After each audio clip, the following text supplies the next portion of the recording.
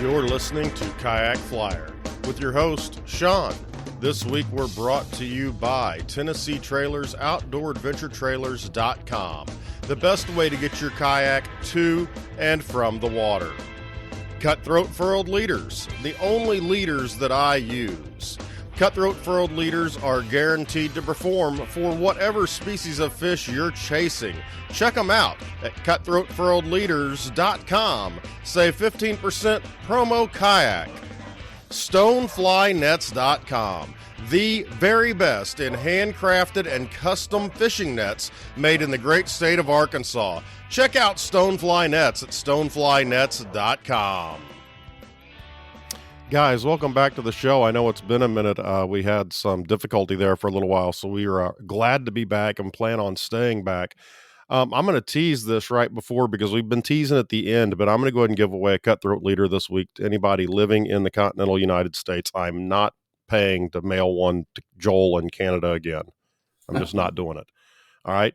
So stick around to the end and we'll tell you how to win that cutthroat furled leader. We've got a great guest tonight. We've got Brian from Trout Tornado. If you guys have not looked at his YouTube and Instagram, you guys are missing out. This guy is tying streamers, micro streamers especially, for trout and smallmouth bass. And this is really cool. I saw those photos. I really liked him. I reached out. He was a nice enough guy to come on the show. Brian, welcome to the show, man.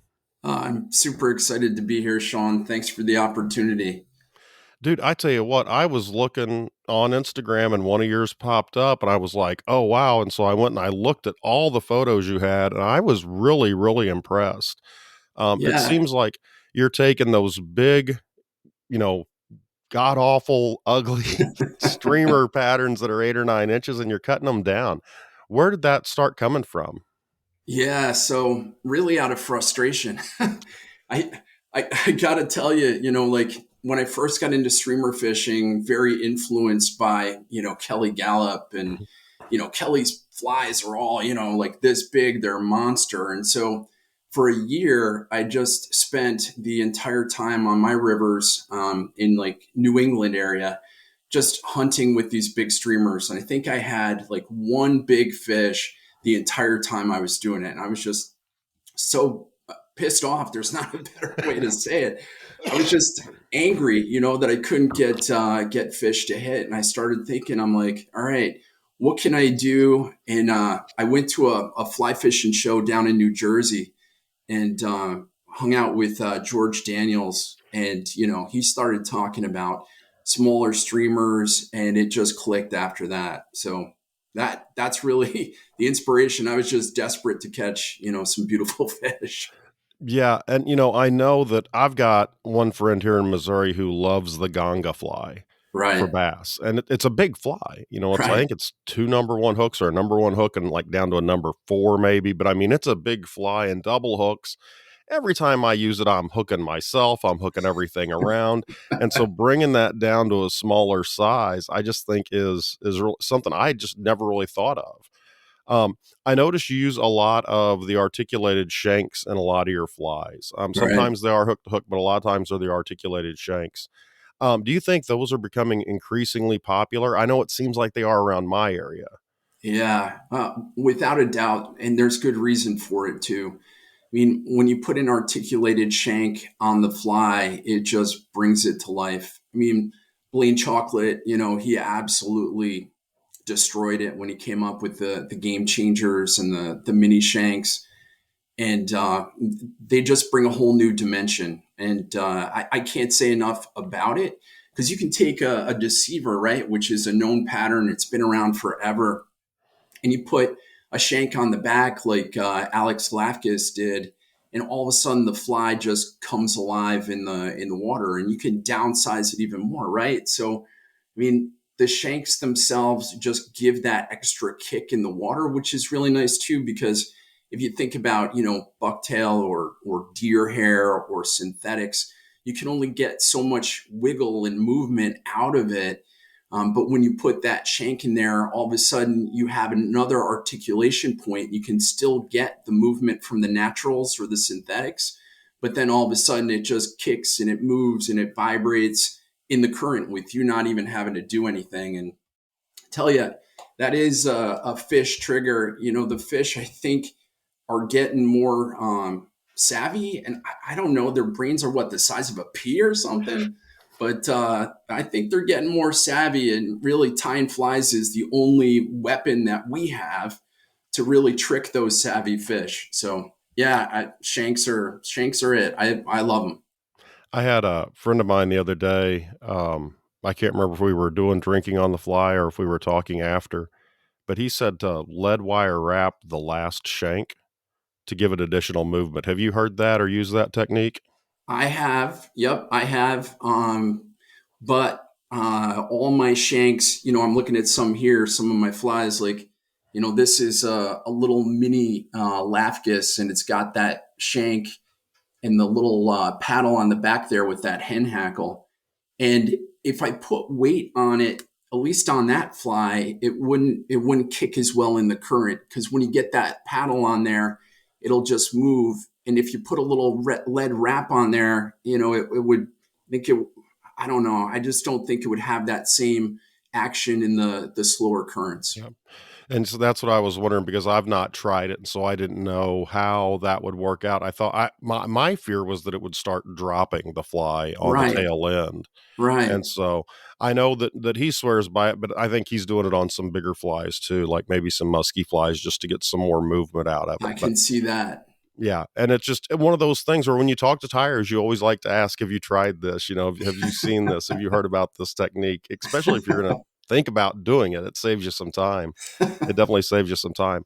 So you're fishing trout tornado. Obviously, you're fishing trout, Right. but you're also fishing for some smallmouth too. So Yep. let's talk about some of your favorite techniques for streamers because I know a Yep. lot of guys streamer fishing. They think of it as being a warm water fish thing as Yeah. opposed to you can catch trout on streamers. So let's talk a little bit about the ones you target, how you do it, and the flies you use, if you don't mind. Yeah. I would love to. And I think it's important to know that the technique that I use, you can use it wading. I mean, you look at Gallup, you look at Daniels, you look at like Russ Madden. They're all fishing out of boats, and I think it's important to say you can do this style with all sorts of crap behind you. And what I use, to do that, I use a Skagit line. And I'm not endorsed by anybody. I'm just a dude that loves to fish. And what I've got here, it's a OPST Skagit line. And I don't know if you can see how thick that line is, but it is heavy. And the cool thing about the line itself is it just allows you to cast, and you can launch these freaking lines forever, which is awesome. And which is nice because, right, the trout streams that I fish, the smallmouth rivers that I fish, a lot of them you've got tight banks. You're waiting. You don't have the opportunity really to get a big back cast behind you. And so using a Skagit line like that just really makes everything easy. Yeah, My favorite flies, I would say my top pattern that I use, and like you mentioned, my Instagram, I have a lot of them. This is the copper top, um, and it's a play off of Kelly Gallup's Laser Legal, and you can just tie it in any different color that you want. It's got one articulation in the back, which is cool, so you can see the head there banging around. It's got a tungsten bead on the front. And so when this gets in the water and I fish it, on sink tips, I fish it on floating lines, depending on the season, the water current, the fly tends to drop, right? Because you've got this tungsten bead up front. And then the tail will articulate to the left and the right. So you've got the dropping motion, and then you've got that movement of the tail. So it's very effective when you're fishing in water that's probably, I would say, 3 to 7 feet deep. You can fish this shallow, but it really requires that you move that fly extremely quickly. Another one of my favorite patterns, this is it's called the Freshwater Flounder, mhm. and the Freshwater Flounder is kind of a crazy design on it. It's articulated. It's got micro shanks in it, right? So it plays off of the Blaine chocolate platform, but it's tied a little differently in that it's flat, which is why I call it the freshwater flounder, because it looks flat. But if you tie it in black, it'll look perfect like a leech. Because if you think of leeches, right, they Mhm. swim and they're flat. But it's tied on a jig hook, which is really cool. And so I fish this one a little differently. The copper top, as I said, I typically fish that on a sinking line, and the freshwater flounder, I like to fish that one on a floating line. And the reason why is because what I'm trying to do with the freshwater flounder is make it just jig, and give that big up and down movement as I'm pulsing the fly through. And because of all those micro articulations, it goes up, it goes down, it twitches, and it just undulates. So that's another one of my favorites. And then another one, which is completely different, and it is on the large size, but it's still not as large as Gallops, is my Flash Monkey. And this is a takeoff of Russ Madden's right giant Flash Monkey. And I tie these a lot smaller. I don't have any with me today, but the cool thing about this pattern, the Flash Monkey, is the way that brown trout and smallmouth bass absolutely destroy this thing. There's something about it. It's neutrally buoyant, so you can fish it very aggressively, and it just has bead chain eyes on it. So it's not dropping into the water column. But you can fish this, cast it out, and you really, I've never seen it before. I've never seen it like I have with this fly. The brown trout, like the big brown trout, will actually launch themselves out of the water trying to kill this thing. Wow. Um, it's absolutely psycho. And again, I'm not sure what it is, if it's the flash or the speed, because fishing the flash monkey, my favorite way to do it is with just a straight solid cast out, and then put the rod under the arm, just like the saltwater guys Mhm. do, and then just burn the crap out of it, two-hand burn. And you wouldn't think a trout or a smallmouth could actually hit that thing, but man, when they do, it's game on. You don't want to fish this with a light, tippet, because you're going to be very upset at the fish, when you miss them. So I would Yeah, I say, yeah, those are some of my favorite flies. Yeah, and talk about, so I mean, I know I'm gonna go tie some of those up today. I already told my wife, I said, "I'm gonna be doing the podcast." I said, "I'm gonna tie some of these flies." Um, which, I mean, anytime I see and talk to somebody that makes flies that I like the way they look, I like the presentation of it's really, something exciting for me. What size trout are you targeting with those flies? Because sometimes we have a misconception that it's got to be a 28-inch trout to be getting on one of those streamers. Yeah, it's a great question, and that again is part of the reason why I changed, right? Because with those giant flies, you're targeting giant trout, and my home waters don't have that.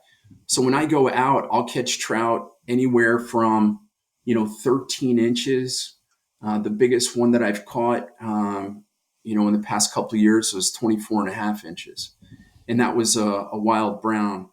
And you can see on my Instagram, though, trout, all types of trout absolutely love it. So I caught this fall like a 21-inch brook trout, which was an absolute hog.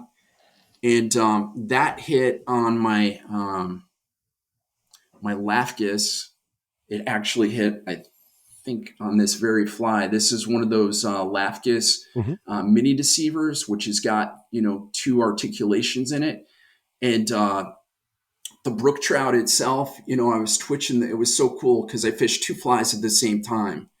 And if you haven't done it, Sean, you really got to try it, because it like doubles, your opportunity to catch fish. You can have two different colors. You can fish two different styles.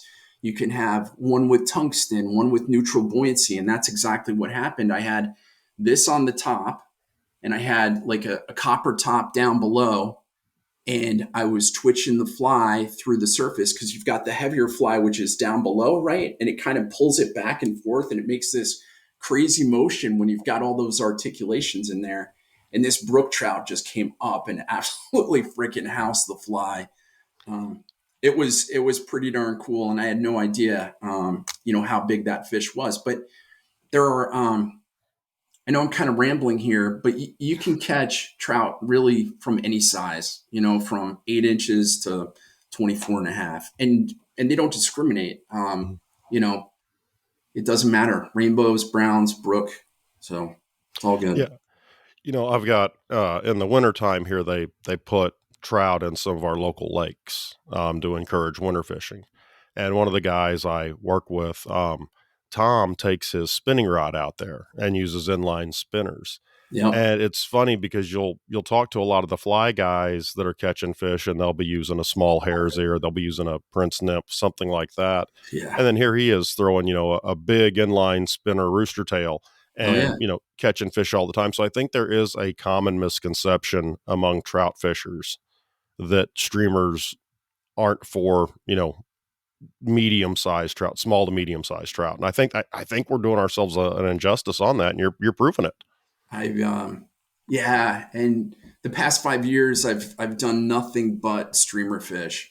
And up until, before that, so I've been fly fishing for 25 years now. I was a dry fly purist. I was a nymph fisherman. Then I went to Euro nymphing and Czech style, and then I did wet flies. I went and I studied with Davey Watton on the White River to learn how to fish wet flies, and then the past 5 years have just been all about streamers, Yeah. and I couldn't be happier. And I would just encourage anybody that hasn't tried it for trout to try it, Yeah. because I think it was like Gary LaFontaine who said something like, fish in places where others don't, right? So I'd always encourage you, if everybody fishes from the right bank, go to the left bank. Yeah. Even if it means that you have to wade downstream to get upstream, wade downstream to cross and then walk back up and it takes you an extra 10 minutes, do it. You'll be happy. Or walk, 10 minutes to get to a spot where other guys don't, because it's too easy at those locations with, the pull offs, Yeah. right? And then fish in ways that other guys don't. And again, that's why I went to this whole, micro streamer thing. And you guys will be happy. It takes, and let me just say this too, there are techniques that you need to use to catch fish on streamers.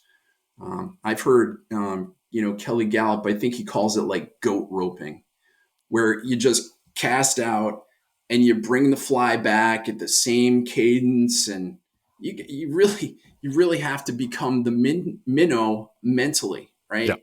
You really have to think, what is the bait fish that I'm imitating, and then how do I fish it to entice that trout or that bass to hit it? And like I mentioned, with just the three different flies that I have here, I fish them all differently and articulate them differently.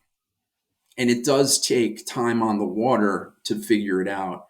And I've got some videos up on my YouTube channel too, trying to show some of those different techniques, right? Like the burn that I was talking about, where you Hmm. stick it under your arm. There's one that I call the heck is it? The fish hook, where you cast upstream and you put like a downward curve in your fly line. So you're bringing your fly, it's coming down and across, and then it's right on that turn where typically the trout hit it. You think of most minnows, they're not going ass backwards into the mouth of the fish. Yeah, yeah. And that's, those techniques I think are really important because I know a lot of guys, and it's February when this is coming out. A lot of guys got kits for Christmas. Social media is just blown up with guys asking questions about what to tie, how to tie. A lot of guys maybe got a fly rod for Christmas for the first time because they're interested in it. And when you and I were learning 20 plus years ago, you had to find somebody, Right and on. there's such a wealth of information out there. And your channel is a great place. It's Trout Tornado on YouTube is a great place for folks where you can go and you can see the fly, how to tie the fly, and how to fish the fly, which makes it, really unique in that way. How much time do you spend making some of these videos? I'm a perfectionist. So I just came out with the itsy bitsy. This freaking thing is teensy, right? Mm-hmm. It took me probably, I don't know, 5 hours, Yeah. between the tying. I wanted to get the fly right, and then the editing, and I want to have multiple angles in there because, I think I'm unique in that I'm a guy that I love to fish. That's it. I'm not trying to sell anybody anything. I Yeah. don't I don't have any sponsors. I've been asked to do some things. I haven't, only because I'm trying to share, Yeah. my knowledge and my passion. And I've always been about teaching. When I was a kid, a teenager, I taught at an environmental education camp, and I taught kids how to fly fish. And this is just a great way for me to continue to do that. And so, the flies that I share are flies that I believe in. So I'm not trying to sell a hook. I'm not trying to sell Mhm. the latest and greatest, eye that's come out. I'm just all about, here's what I know, here's what I do. And, I hope you guys enjoy it. I hope you have fun. Yeah, and that's one thing. Obviously, we're selling nets, leaders, and trailers here because the show has a cost. Um, but I find that if I and especially having this show, it's one of those where you meet really cool people, and so you're constantly shopping with them because they were really interesting or you liked their story. When it comes with the itsy bitsy, I do have a couple of questions because I watched that video and you do some excessive trimming on that. Oh, yeah. Yeah. Yeah, that's a Well, lot of trimming. I know, I know, I know. Is there a I'm, reason to trim it so much as opposed to letting that dubbing flow back into it? I am so guilty of being a perfectionist. So you probably don't. The fish probably wouldn't care, and it would work just fine. It's me. And in fact, I even trimmed it a little bit off camera too. I mean, just being completely honest, because I'm like, nobody wants to watch me trimming this thing for 5 minutes. Um, but I do that with all my flies. I do it Yeah, like with my copper top, and I want it. And here's why. The main reason why is you want to make sure that your materials are equidistant or equal on both the top and the bottom. And if you don't, what'll happen is your fly will keel in the water. It'll kick off to the left or to the right. And I remember when I was first tying streamers, I would have some that would just run true in the water, and the fish ate those more, right? right. Because it looks more like a minnow as it's going like this and it's kicking a little bit. But if it's always going to the side, it's not. The fish just know something's Yeah. wrong with it. And so I actually went out stream side, and I took my pair of scissors, and I started trimming, right, and playing with it. And I found that as I trimmed on the water, the more I was able to actually get them equal materials, the fly would run true. And so it's especially important on a small, a small fly, Mhm. an itsy Mhm. bitsy. You got to have those materials the same length on the top and the bottom. Otherwise, it's not going to keel right, and it'll just kick to the side. So I don't know. That's my excuse. I'm also just incredibly, detail oriented. Yeah, I have a trick for that where I tie, lead eyes in to make it right hook point up, therefore it stays straight because when I first started tying game changers, and I'm sure you were like this, when it came to trimming, I got a little overzealous, Oh yeah. and I just hate spending 15 minutes tying a big articulated fly, and then I destroy it with the first scissor chop. Oh So that's god. that's kind of why I was asking that because it scares me every time I have to take out my scissors and trim a finished fly. But yours, I mean, you go through step by step exactly how to do it. I feel confident that I could. You do a Yeah. great job with that. Thank you. The other thing I would recommend, is they're the anvil taperizing scissors, and it sounds so goofy.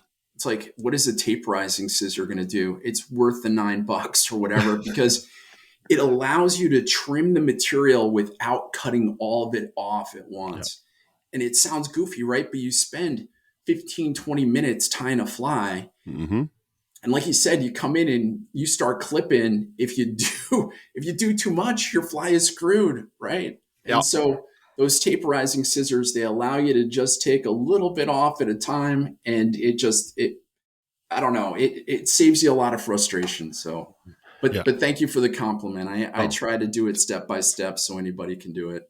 Yeah, I was watching it and I'm like, "Oh, he's gonna trim it." And then I'm watching, you're explaining how to do it, and I'm like, "I could do that."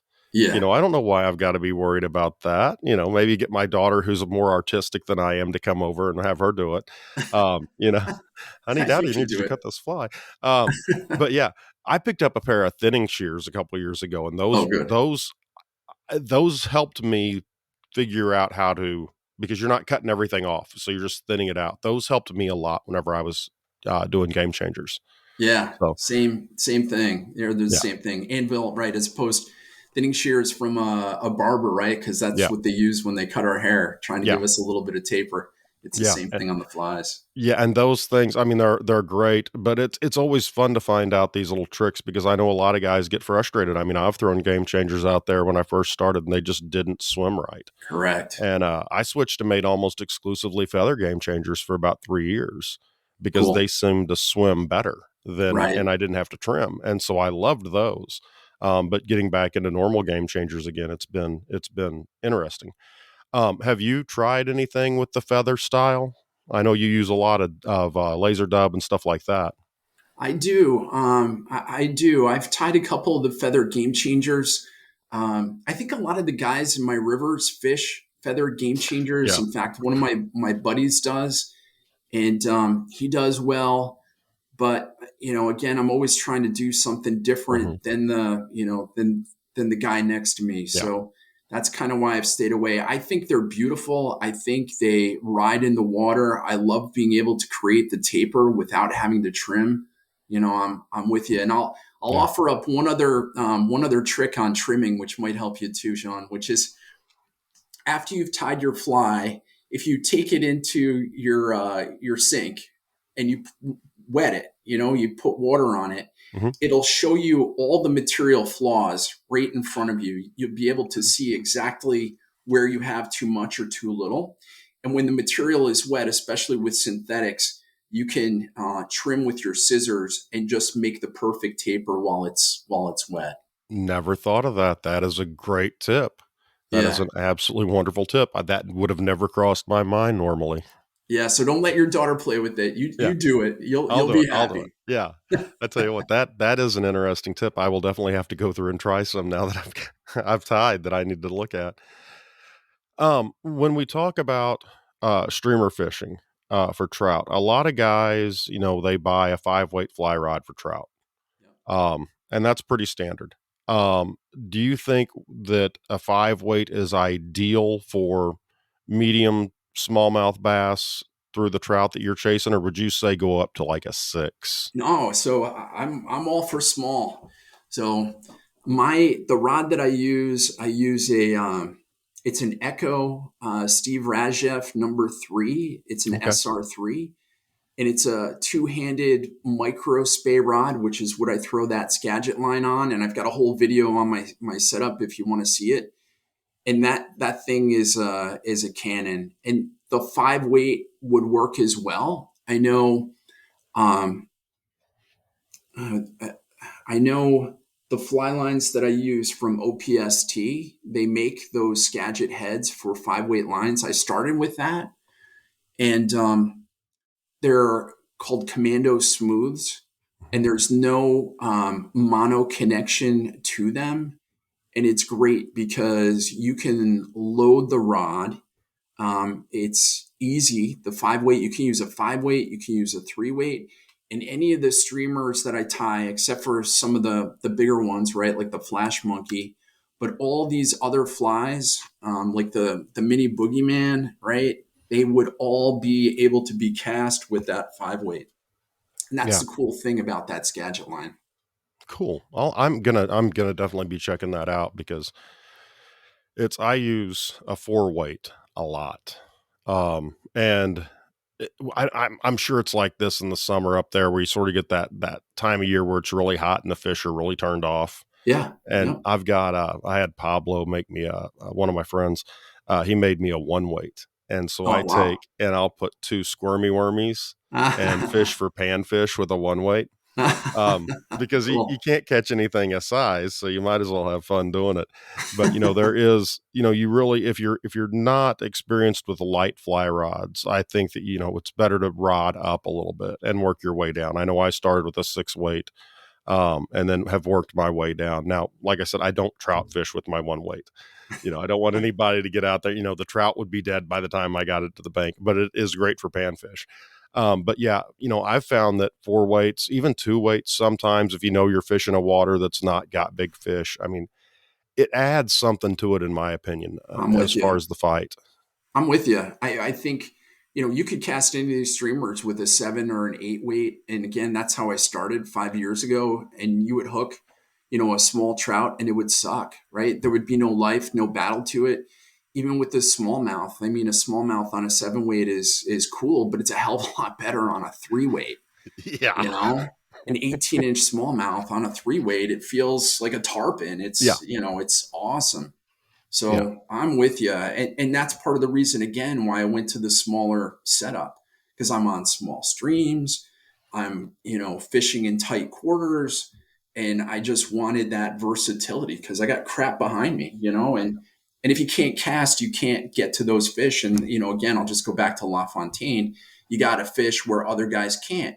And a guy with a traditional fly rod, right? If he's got stuff right behind him, he can't actually get that cast across the stream. But with that, OPST Skagit, you can just freaking launch it with like 2 to 3 feet behind you, which is crazy cool.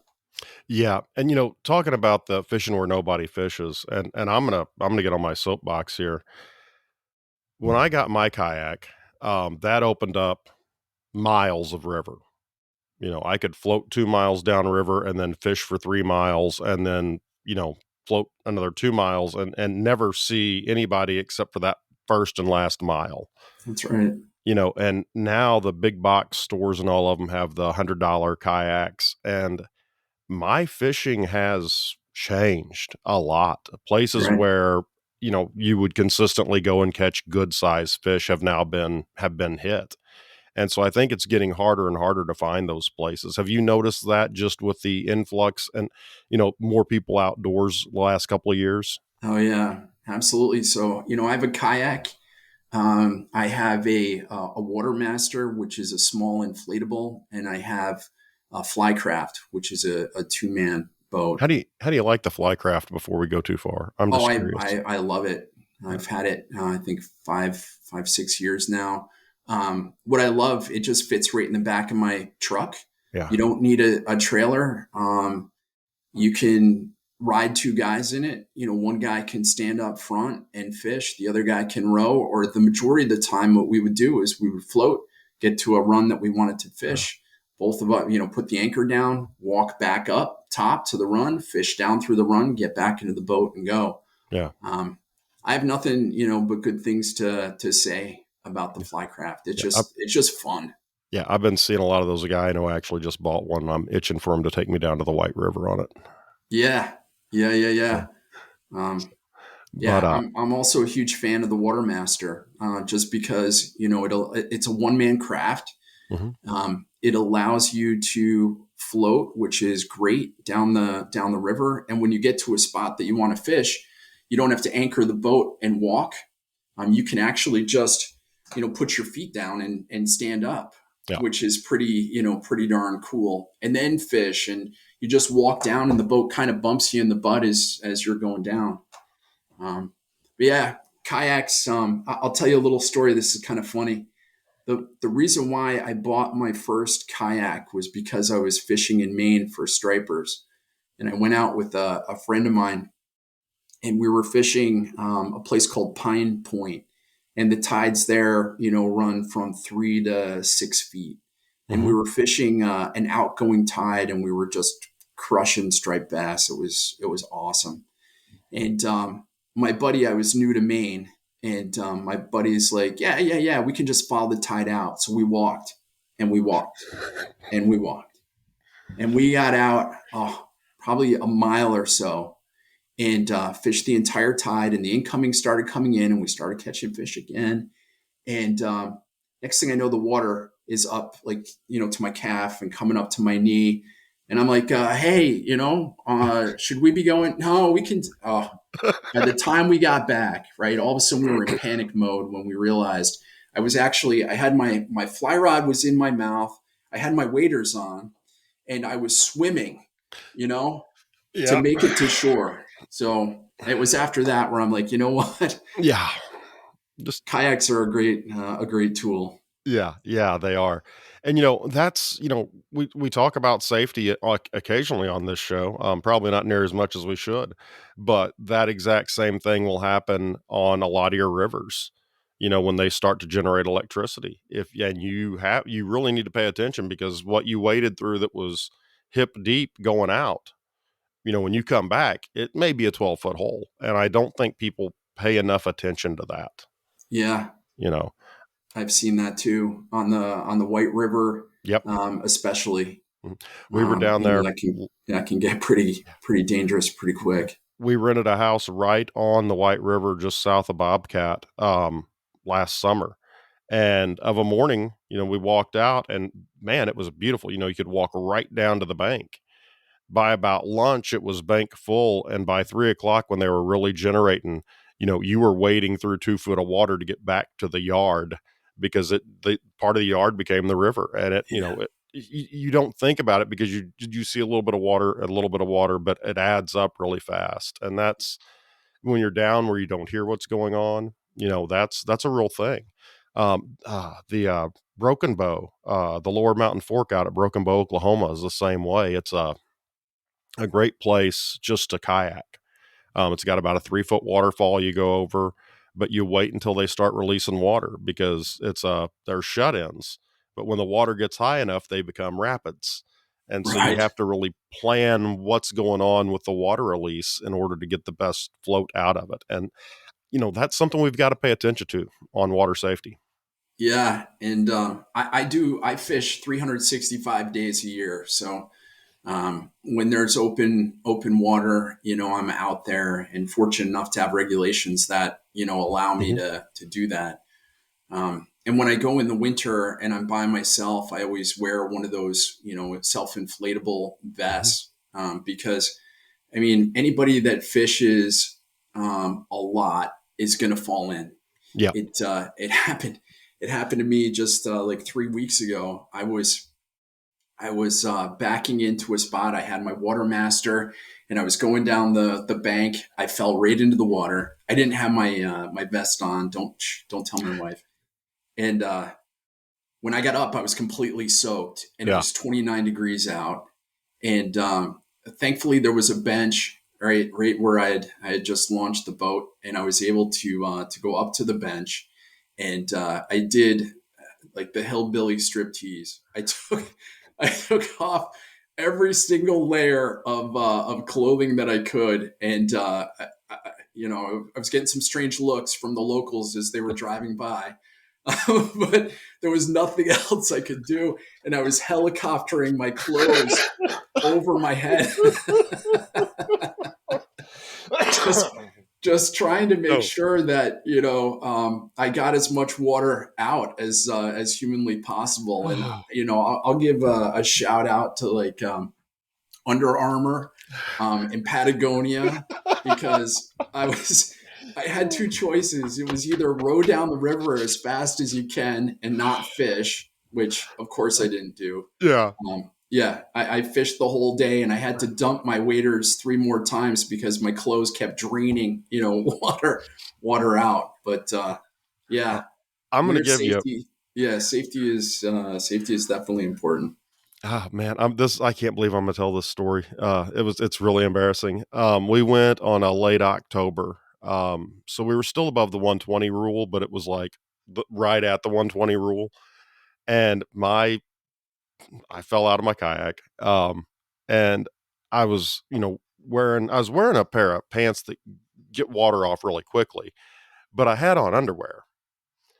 And I've not made this this mistake again because you can't, those underwear don't dry out. Right. And all my friends wig out because I'm like, dude, you don't wear underwear when you're wading because if you get cold, these pants will dry, but the underwear won't. And so it's hilarious because now there's like bets. My friends are like taking bets. Do you think Sean's going to wear underwear today? He's in waders. Is he wearing underwear? And it's funny, but you really have to think, it's like riding a motorcycle. You don't dress to enjoy the ride. You dress to in case something happens. Correct. That's why you wear a helmet. Nobody, plans on going out and using a helmet, but they're handy when you need them. And so it's sort of like that. And I've sort of changed. I used to wear short sleeve shirts. I used to wear shorts.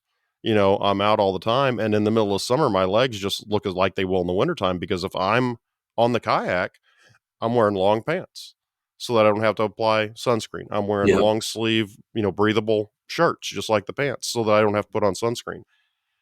And you've got to dress ready for that. Yeah. Yeah. Pardon I'm me. I'm with you. I'm with you. Yeah. Synthetics are the way to go, right? Yeah. Growing up, it was wool. Mm-hmm. And today, those synthetics, like you say, they'll dry instantaneously. They'll keep you nice and warm, which is great. Yep. And I always keep a little fire starter kit. I always keep matches and one of those little packages, a couple of those little packages where you just light them, they'll start a fire. Cool. I'm like, I've been out here overnight. I grew up out in the woods. It's like you don't want to be out at night without a fire. You know, that's that's just the way it is.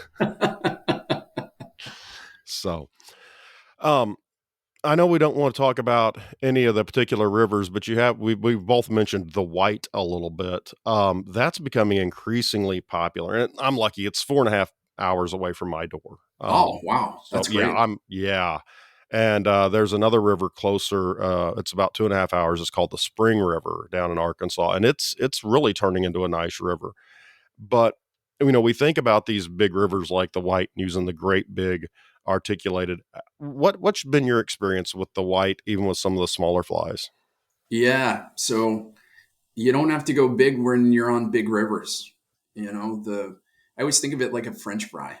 These little flies that I'm throwing. It's just like you or me, right? If there's a perfectly cooked French fry in front of me and I have an opportunity, I'm going to eat it. It Yeah, doesn't matter if it's 9 in the morning or it's 10 at night. If there's a perfect French fry, I'm going to eat it. And I think I think it's the exact same way with these trout. They don't think about it. I mean, if you think about the nymphs that you use when you're fishing, they are size 16s, hmm 18s, 14s. They're small and you can catch 18, 20-inch trout on them. There is absolutely no reason in the world a large trout or a small trout won't eat a protein, right? A, hmm a, a streamer properly presented. It's just I've seen it over and over again. Like I said, I fish streamers 365 days a year, and I can guarantee anybody can go out and fish streamers on a big river, a small river, and I'm talking the small streamers, and you'll catch beautiful, big, healthy, wild trout. And you can do it on small rods. I think that's one of the biggest misconceptions of the whole fly fishing industry, right? Because they're built completely to sell. hmm It's like buy. You have to buy 100 rods, right? You've got to have a 1 weight, a 5 weight, a 7, a 10, right? I think that's all absolute crap. I really do. As I've grown up through my fly fishing career, I had right almost every rod that was available, and when a new one would come out, I'd be so excited that I had to go. I wanted to test it. I wanted to see how. Listen, an LL Bean entry level rod is absolutely fantastic. And you can catch a big trout on that just as well as a $1,000 rod. You don't need to spend that money. And back to my whole thing about my streamer rod, it's a 3 weight, and you can catch you can catch a 16-inch fish and it'll feel great. And you can also catch a 24.5 inch, and it's got the backbone to do it, or the smallmouth, right? Yeah. So again, just it doesn't matter what size river you're on. You can use a setup, and you can use those small streamers. Yeah. Yeah, I think that's one thing that, you know, I had one fly rod for the longest time. Right, I mean, over half of my fly fishing career, I had a 6 weight, and that's right. all I had.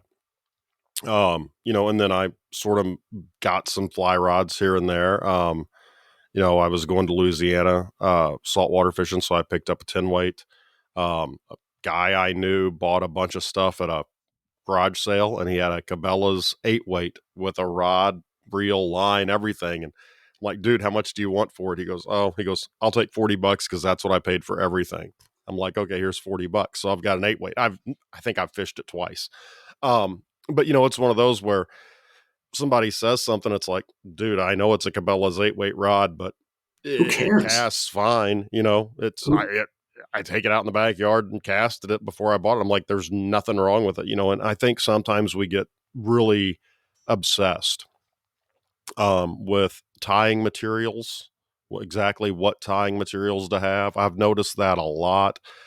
Gear, well, how much does this reel weigh versus how much does that one weigh? And sometimes it's like, yeah, if I'm going to be throwing a 10 weight all day long, yeah, that can get tiring. But when you're talking about something like a 3 weight to a 4 weight, 5 weight, 6 weight, it really doesn't come into it as much as a lot of guys want to think it does. Does that make sense? yeah, it You know, absolutely does. And the other thing that's super interesting to me, and I encourage anybody to try this. I mean, you can take your 5 weight rod today, and you can take a copper top or a mini boogeyman, anything that's got weight on it, right? The freshwater flounder. mhm, If it's got a tungsten bead or it's got a lead head on it, you can take your 5 weight and you can put, I don't know, 20 yards or so of, let's say, 15-pound mono on there. mhm. And you can tie a barrel swivel to that. And then you can put whatever leader you want on there, Yeah, 8-pound fluorocarbon, 5 feet of it. And what you'll find is you can take that 5 weight with that mono and you can launch your streamer out with the fly rod that you have. yeah, And that mono will allow you to go out there. You can fish it, just like a streamer that you normally would. And the reason why I say that is because we end up buying the large rods and the large lines to be able to cast the large flies, but it's not always necessary. You don't have to spend the money to fish those bigger flies. yeah, yeah. That's one thing I think that we need to do a little bit better job as content producers is getting that information out. I know it goes directly in the face of, oh, you need to have these scissors and you need to have this vise and you need to have Right. this particular dubbing because it's got properties of, and it's like, I I I have laser dub. I'm not gonna lie, I've got it, but anymore I go through Fly Tyer's dungeon. Yeah, I love I their mean, stuff. his stuff is it's I can't tell much of a difference. Right. I mean, and he's been on the show, so he's a nice guy. Nobody else has been on the show from Hairline, to talk about their stuff. So it's just I'll give the mad scientist my business. Um, and so I found that you can substitute a lot of things, and it's just a matter of working with stuff to see what you can substitute and what you can't, because some things are going to float a little bit more. So you may want to stay away from that, but it's not as complicated as a lot of the guys want to make it out to be.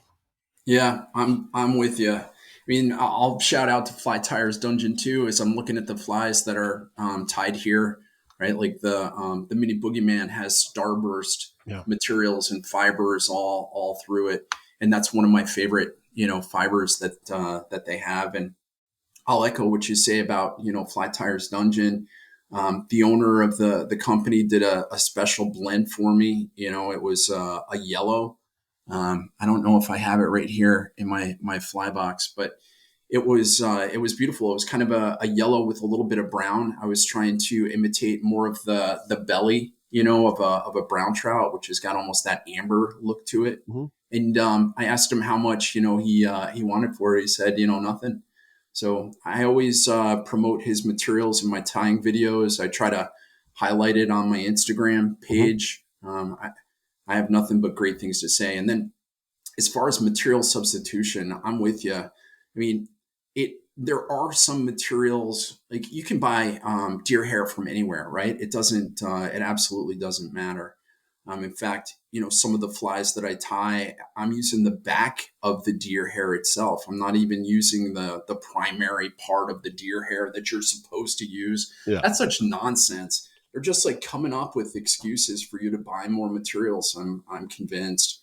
Yeah. And again, I think a lot of it. I'm a firm believer in Gallup and his ideas in and around color and how important it is to have different colors. And every time I go out and Kelly talks about changing flies like every minute, which I think is just crazy.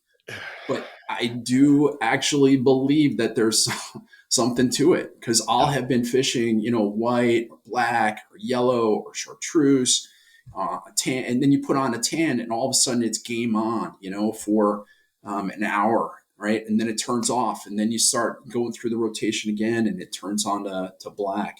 Yeah. So Yeah. I've I got, really do believe color has a lot to do with it. And then, George Daniels talks all the time about depth.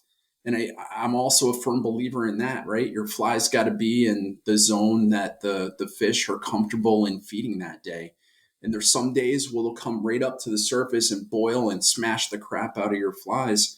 There's other days where they want to stay down below. They're mhm. just comfortable, within that 1 foot zone of the bottom, and sometimes they're in the middle. So that's the cool thing about streamers, too. You always just have to think about where you want your fly to be, what color you want your fly to be, and what zone you want your fly to be in. It's I don't Yeah. know. I fish a Uh, lot of crayfish patterns, oh yeah, especially when I start the day, because as that crayfish goes down through, I've had them smack them right at the top. And if yep, I've got 3 or 4 casts and they're smacking them at the top, now I know that I can run something that's a lot lighter and right, fish.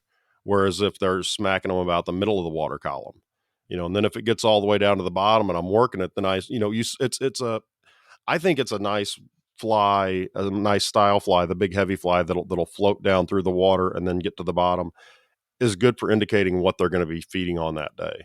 right. And that's something I've always done. Do you have any flies that you sort of check to see where they're gonna be at by using them in different depths or anything? Yeah, well, I cheat. So I use two flies at the exact same time. Yeah.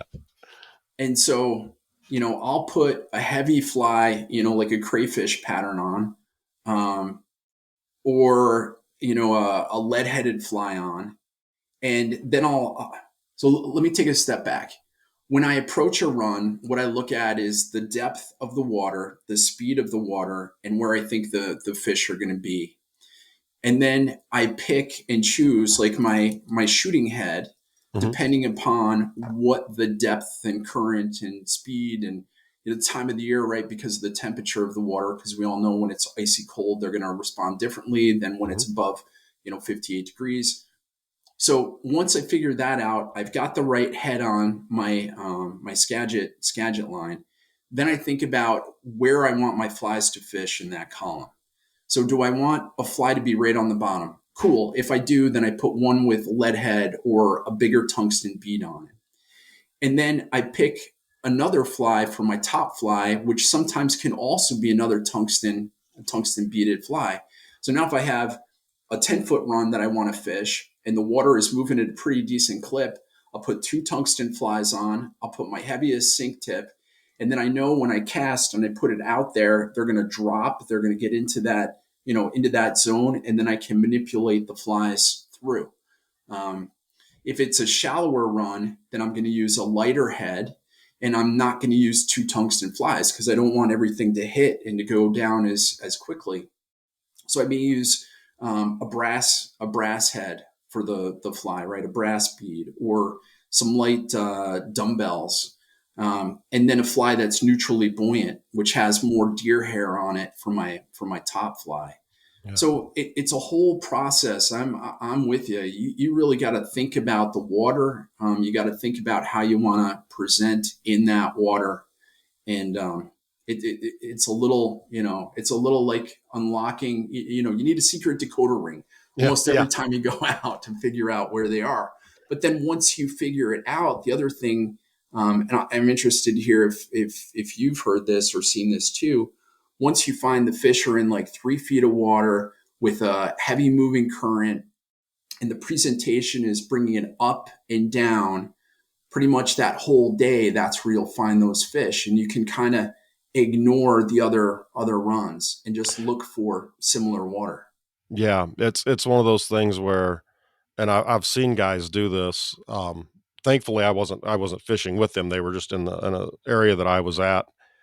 They'll be fishing, and then they'll see a trout hit a bug on top water, and then all of a sudden, everybody stops fishing and they change to dries. Right.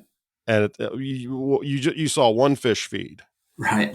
and now everybody that's there is going to be changing their fly. And I think that we don't pay enough attention to the trout that are underwater, or the smallies that are underwater, that aren't hitting the top waters.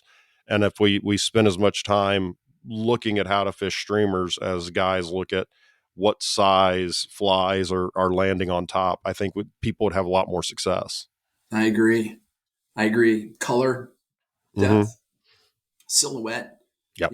I would recommend, like, if you're gonna just start streamer fishing, I would say you want to start with some impressionistic flies that'll move a lot in the water. Mm-hmm. Like these Lafkis deceivers. They're nice and light. You could probably throw this on with your one weight. I mean, Yeah. they're that light.